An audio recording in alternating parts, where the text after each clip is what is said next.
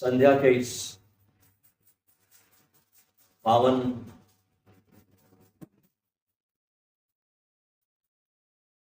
समय में हम प्रवेश करते हैं।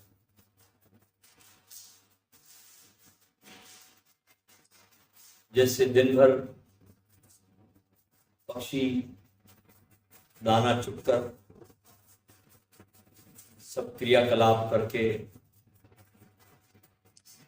अपने घोंसले में आ जाते हैं, ऐसे ही ये संध्या दर्शन का ये पूरा का पूरा ध्यान प्रयोग है जो ओशो ने डिजाइन किया।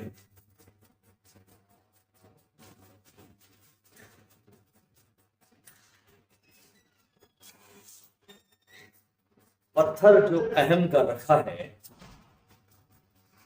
क्या करे गलता नहीं। पत्थर जो अहम का रखा है, क्या करे गलता नहीं। सब दिए तो जलते हैं पर मन का दिया जलता नहीं। सब दिए तो जलते हैं पर मन का दिया तो जलता नहीं। खोजते खोजते ही ढल जाती है जीवन की शाम। खोजते खोजते ही ढल जाती है जीवन की शाम। सबका पता मिलता है पर अपना पता मिलता नहीं। सबका पता मिलता है पर अपना पता नहीं मिलता। कैसी विडंबना, कैसी बड़ी विचित्र बात है कि हम हैं लेकिन हमको हमारे कोई पता नहीं। हमें पता है कि हम विचार है, हम विचार करते हैं, थॉट्स आते हैं, हर थॉट के साथ हमारी आइडेंटिटी बन जाती है।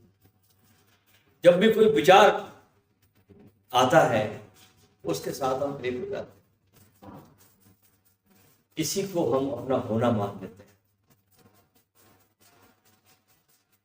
दुनिया में सारे नाते रिश्ते बस काम चलाऊ होते हैं, स्वार्थों पर टिके रहते हैं।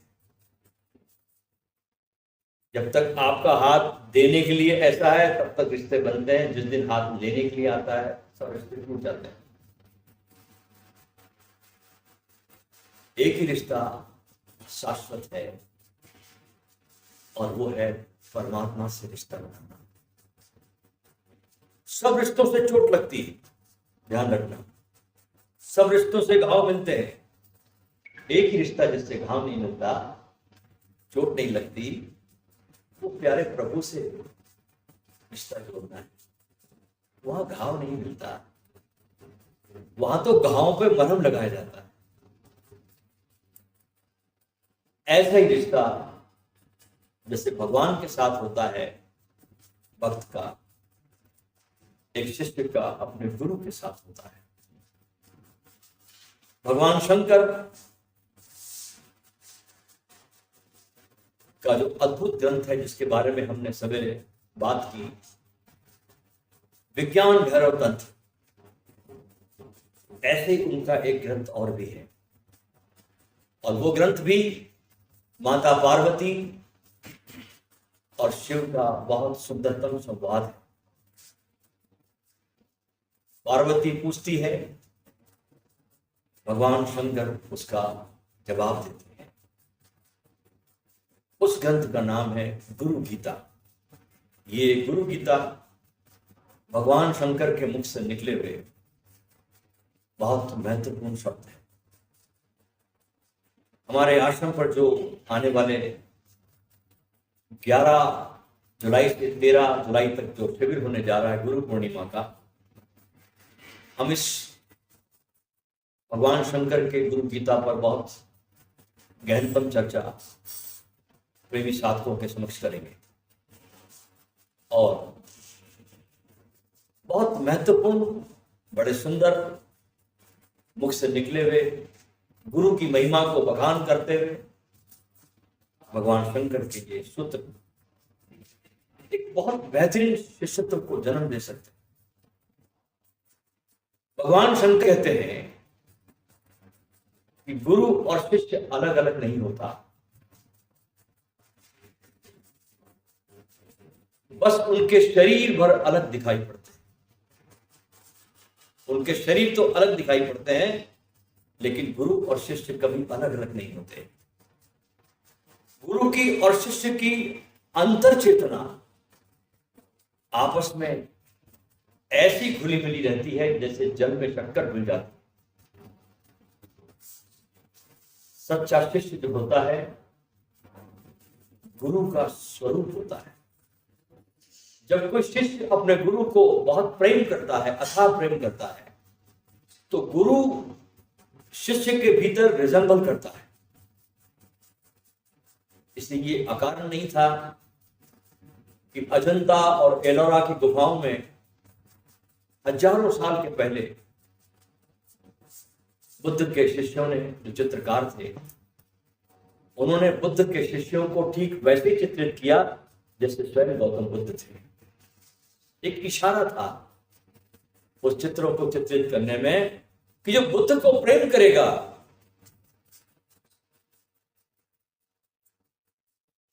बुद्ध जैसा हो जाए। ध्यान रखना, तुम संसार में जिससे प्रेम करते हो तुम वैसे हो जाते हो। अगर तुमने रुपयों से प्रेम किया तो तुम्हारा चेहरा बिल्कुल कागज के रुपयों के जैसा हो जाएगा।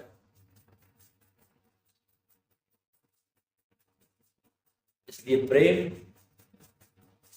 करने में थोड़ी सावधानी बरतना कि किससे आप प्रेम करने जा रहे हैं। ऐसे ही मूर्छा में किसी को मत पकड़ लेना। प्रेम बहुत सावधानी से रखना चाहिए। तो जो शिष्य अपने गुरु को प्रेम करता है उसमें गुरु झलकने लगता है। इसलिए सूरदास का बड़ा प्यारा पद है।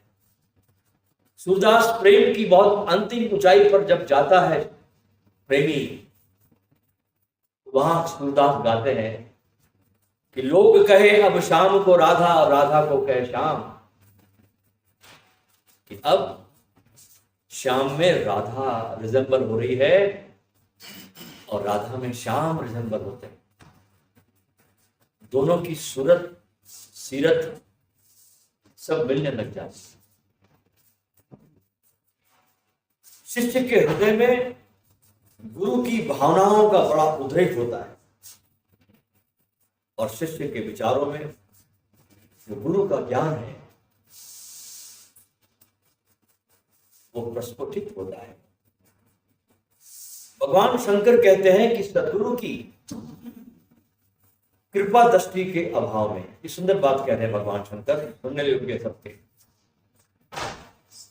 सद्गुरु की कृपा दृष्टि के अभाव में, अगर गुरु की कृपा तुम पे ना हो तो वेद, शास्त्र, पुराण, इतिहास, स्मृति, मंत्र, यंत्र, उच्चाटन, शैव, शाक्त, आगम आदि सब विद्याएं केवल मनुष्य के चित्त को भ्रमित करने वाली होती है।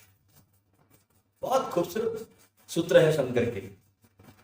गुरु न हो और आपने सभी शास्त्र पढ़ लिया, किताबें पढ़ ली, किताब ले आए खरीद के मार्केट से और आपने पढ़ना शुरू किया, तो कहते हैं शंकर कि गुरु के अभाव में ये सारी की सारी जो किताबें पढ़ते हो आप, ये आपके चित्त को भ्रमित करने वाली सिद्ध होती है।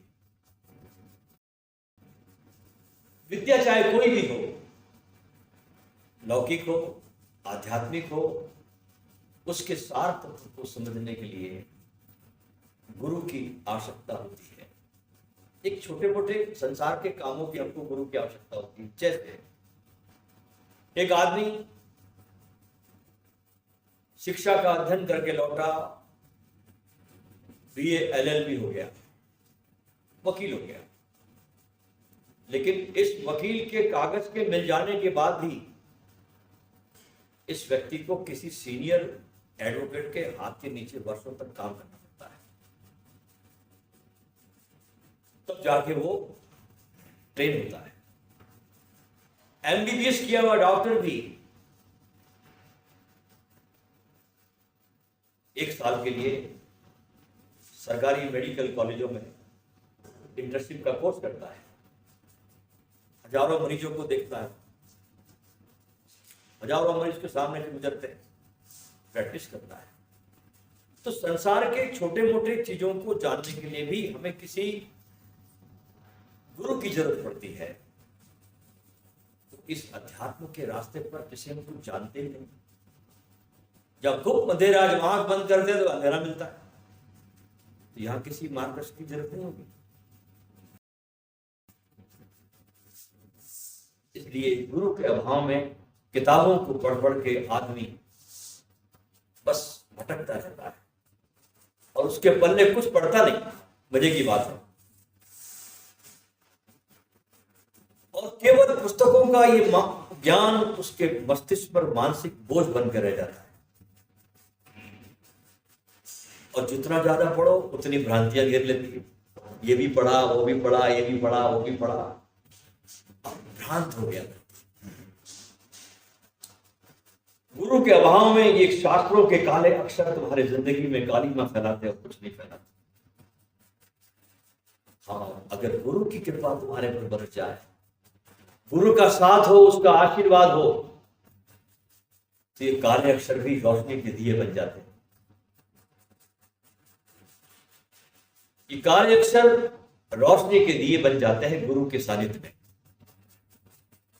और ध्यान रखना कि कान में शब्द चले जाने से कोई ज्ञानी नहीं होता। ज्ञानी होने के लिए दिल से कहे गए शब्दों को अमल में लाना होता है। अमल ये सूफियों का शब्द है। अमल जो शब्द है ये सूफियों का शब्द है। हिंदी में इसका अर्थ होता है मनन। मनन करना। अगर मनन नहीं हुआ तो सुन लेने भर से कुछ नहीं होता। जो सुना उसे समझो, फिर वैसा करने में लग जाना चाहिए। जैसा गुरु कहता है उस मार्ग पर चल पड़ना चाहिए।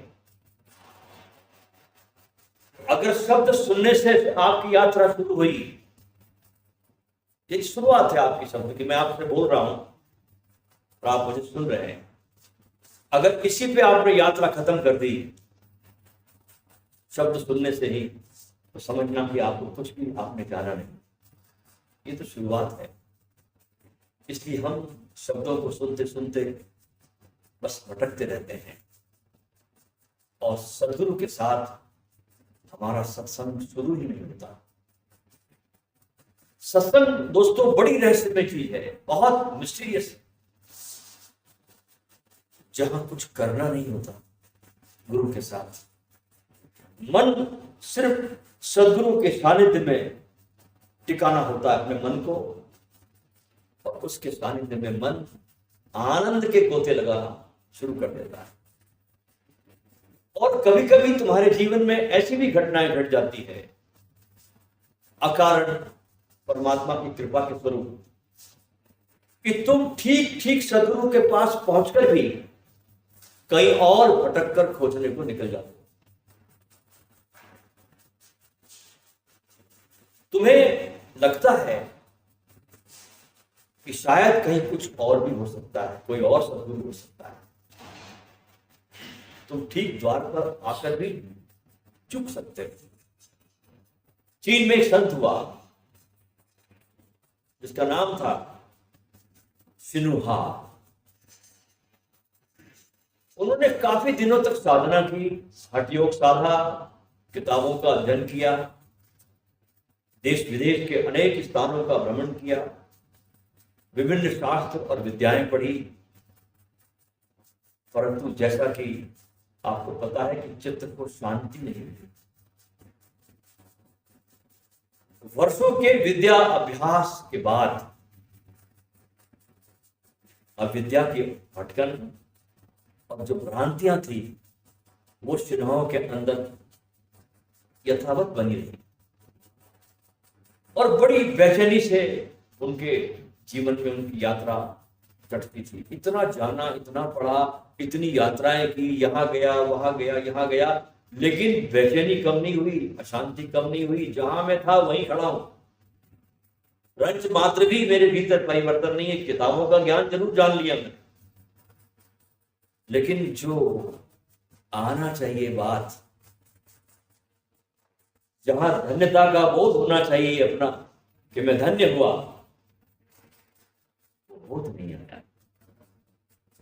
और इन्हीं पीड़ा और बेचैनी के दिनों में शिन्हा की मुलाकात एक परम सद्गुरु से होती है, जिसको हम बोधि धर्म के नाम से जानते हैं। बोधि धर्म दक्षिण भारत के रहने वाले थे, साउथ इंडियन थे। और ये बोधि धर्म उन दिनों भारत से चीन गए हुए थे। चीन के सम्राट ने इनको निमंत्रित किया। एक बहुत बड़ी बीमारी फैल गई थी उस समय चाइना में, और ये बहुत कुशल वैद्य भी थे।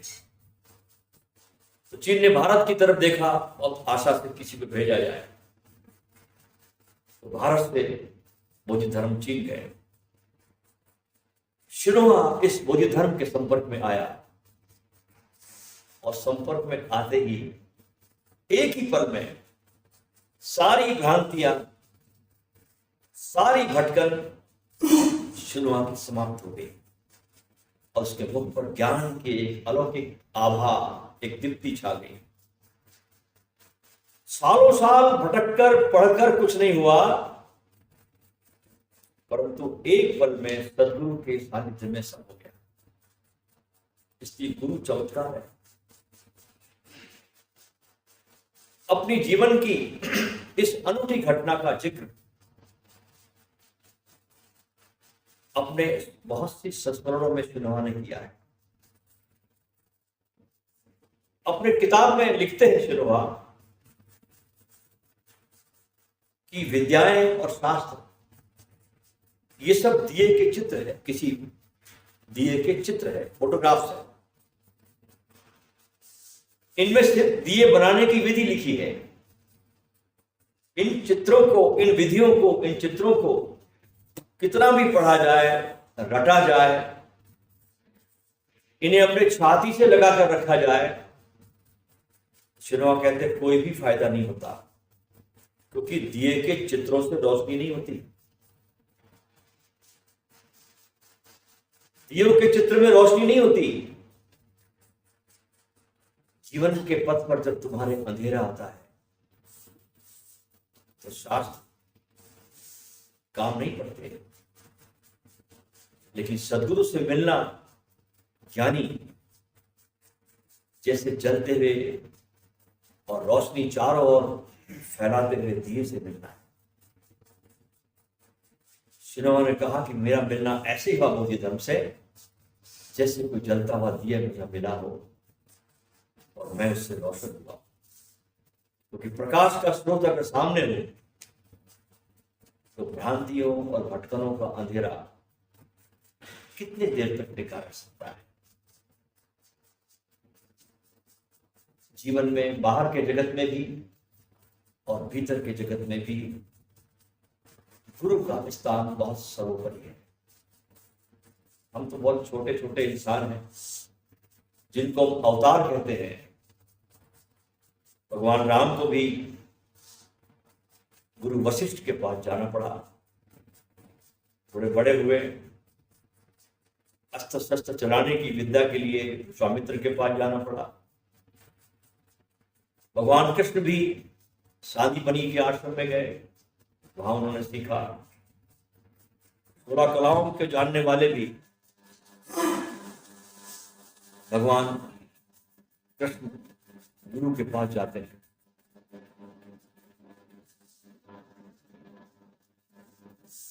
लेकिन गुरु और शिष्य का संबंध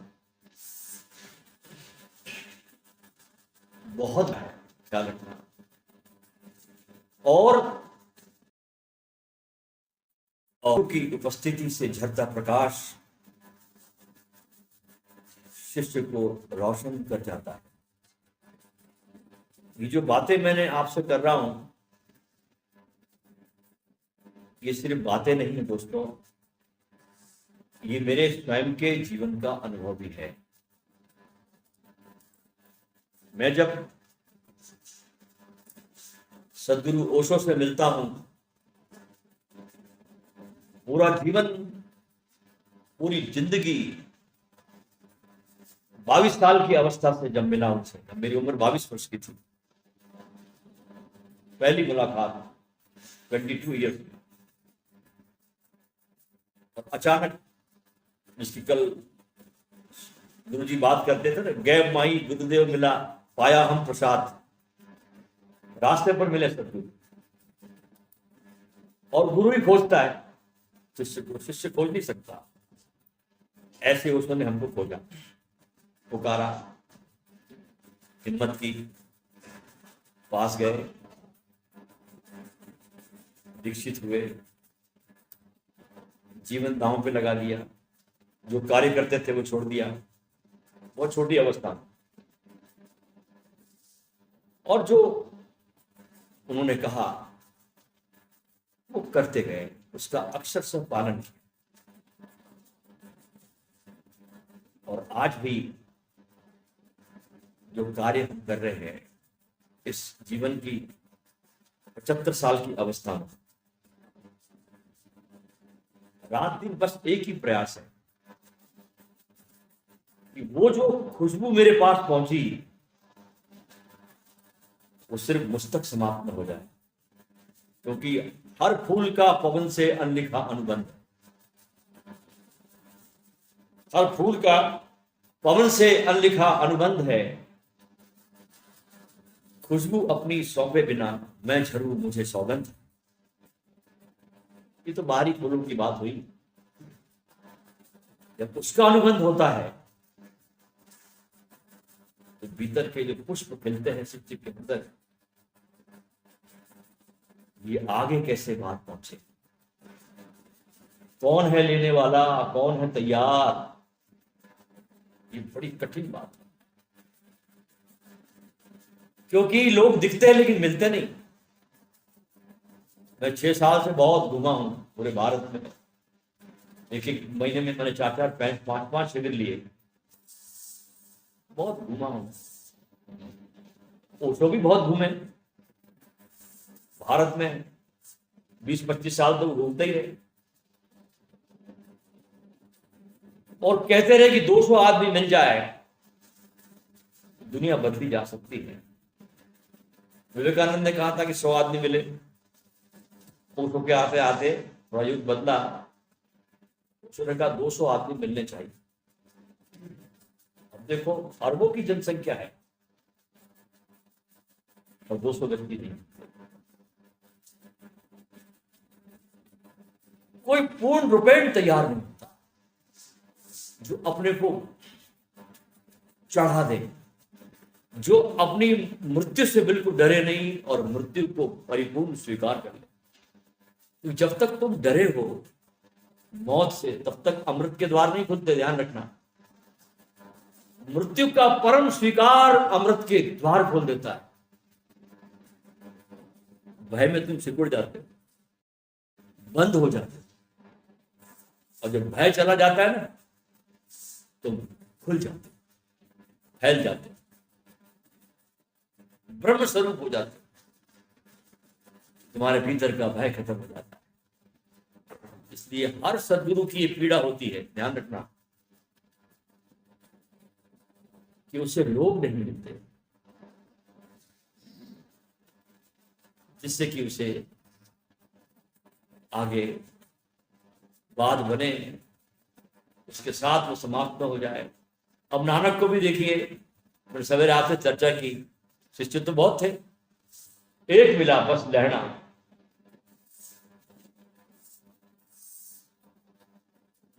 जो पूरी तरह नानक को समर्पित था।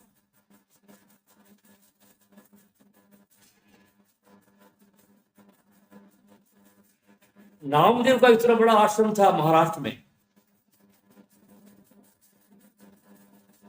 अनेक भक्त थे नामदेव के, अनेक शिष्य थे, लेकिन उस आश्रम पर एक विधवा का बच्चा, छोटा सा बालक उनकी गादी पर बैठा, इसका नाम दिया पूरन पौड़ा नामदेव, वो शिष्य बना। एक मिलता है इस बाजार की भीड़ में, बस कोई कोई अपने को चढ़ाने को तैयार होता है और अपने को चढ़ाता है इस बलिवेदी पर, वही गुरु ज्ञान का हकदार होता है। ये इश्क इतना आसान नहीं, इतना समझ लीजिए, एक आग का दरिया है और डूब कर जाना। लेकिन एक बार आपने अगर इस समर्पण का स्वाद चख लिया, पहला समर्पण का पाठ हमको गुरु के पास सीखना पड़ता है। उसके बाद दूसरा पाठ गुरु स्वयं तुमको इशारा करता है समष्टि के प्रति, इस कायनात के प्रति, परमात्मा के प्रति। जब गुरु के पास तुम्हारा समर्पण पूरा हो जाता है, तुम गुरु के हो जाते हो, तो गुरु अपने पे रोकता नहीं, तुमको ख्याल रखना। जो गुरु अपने पे रोक ले वो गुरु होने के योग्य नहीं। गुरु फिर इशारा करता है कि सितारों के आगे जहां और भी है, अभी इश्क के इम्तिहान और भी है, कहीं जिंदगी से नहीं ये फिजाएं, यहां सैकड़ों कारवां और भी है। कनात न कर आलमे रंगो बू पर, इसी दिखने वाली दुनिया पर रुककर देखकर मत मर जाना। कनात न कर आलमे रंगो बू पर, चमन और भी, आशियां और भी है। तू शाहीन है, परवाज है काम तेरा, कि तेरे सामने आसमां और भी। गुरु इशारा करता है कि तू शाहीन है। शाहीन एक पक्षी होता है दोस्तों, जो बहुत ऊंचाई पे उड़ता है, बहुत विराट पक्षी होता है ये, बहुत सबसे ज्यादा ऊंचाई पर शाहीन उड़ता है। तो गुरु इशारा करता है आसमान की तरफ, अभी और है। गुरु उसको उड़ा देता है इस परमात्मा के आकाश में।